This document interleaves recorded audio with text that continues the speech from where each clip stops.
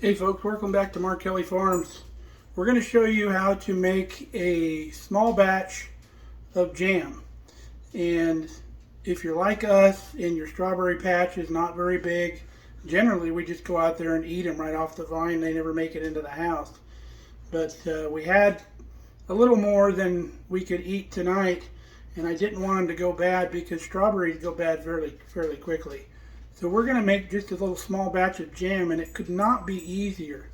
If you don't not into canning or something like that, this is not canning. This is just making a small batch and putting it in the fridge. Is all this is.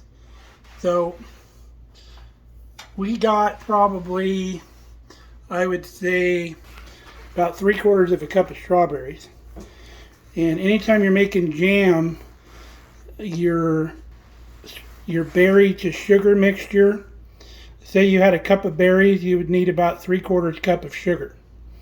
You can go all the way up to 1:1. So like if you had a tart berry like a blackberry, you could go a cup of berries to a cup of sugar. But the strawberries aren't quite as tart as blackberries. So usually with strawberries, you're looking at about a cup of berries to 3/4 cups of sugar. So we got 3/4 of a cup of berries.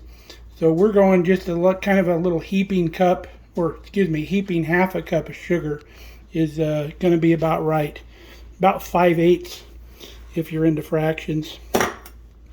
We're going to turn a little bit of heat on underneath that. And I'm going to put it on about medium. And we're going to let this come up to a simmer. We'll be back when we got it simmering. Okay, this is starting to come to a simmer. And remember, a lot of people worry about their jelly or their jam setting up. So what we're going to do is we're going to simmer this for a while, and the strawberries will break down, and I'll keep kind of helping them break down with this spatula.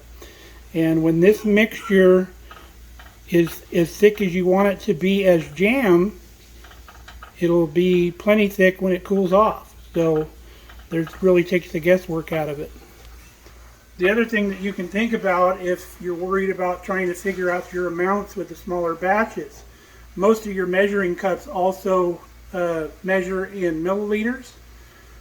So all of your decimals are based on 100.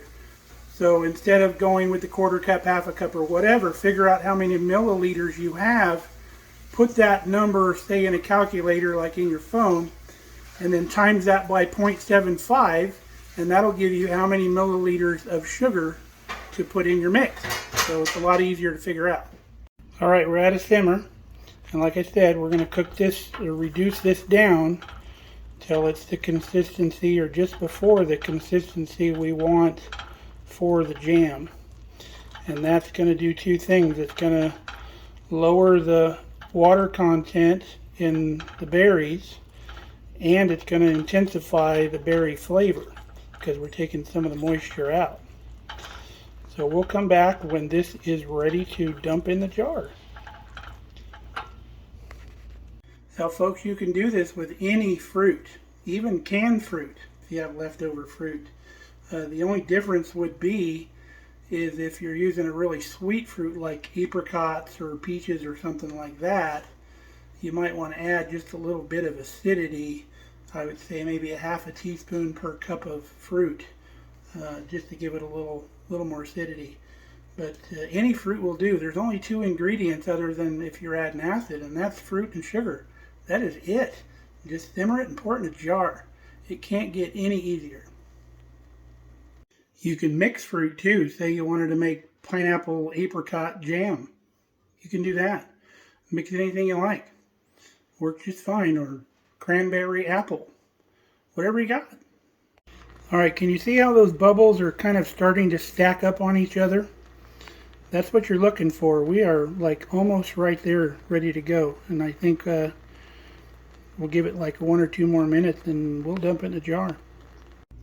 One of the keys to keeping this stuff fresh in the fridge is always use clean utensils in the jar. Don't be using a spoon that you've already been eating with. Don't use a knife that you've already been using for something else. If you always put clean utensils in the jar, you're not going to get any weird bacteria in it. Because this stuff's basically good unless it's got mold on top of it. it's got so much sugar and stuff in it, it's really not going to go bad, but it will mold. So unless it's got mold, it's still just fine. So there it is, folks. We poured it in the jar. Small batch strawberry jam.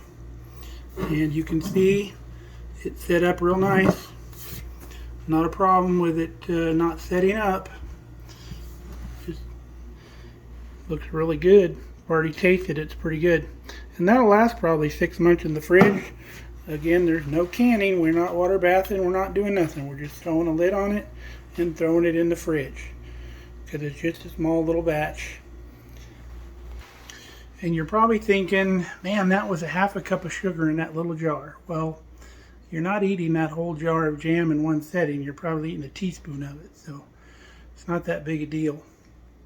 But you can dissolve a half a cup of sugar in a half a cup of water. You remember, it doesn't keep its same volume when it's dissolved into something. So that's how you do it. That's all there is to it. Don't waste any leftover fruit that you got. Make some jam out of it. You'll use it. Throw it in the fridge. Make a peanut butter and jam sandwich. Use it for anything. Put it on ice cream. It's really good. Good stuff. So I hope you try it. Don't throw that stuff away. Till next time, stay safe, stay healthy. Come back and see us here on Mark Kelly Farm. Remember, we also got the Facebook page where you can see a lot of Kelly's pictures. So it's Mark Kelly Farm on Facebook. So go check that out too and like that page. So we'll catch you later. Stay safe, stay healthy. We love you guys.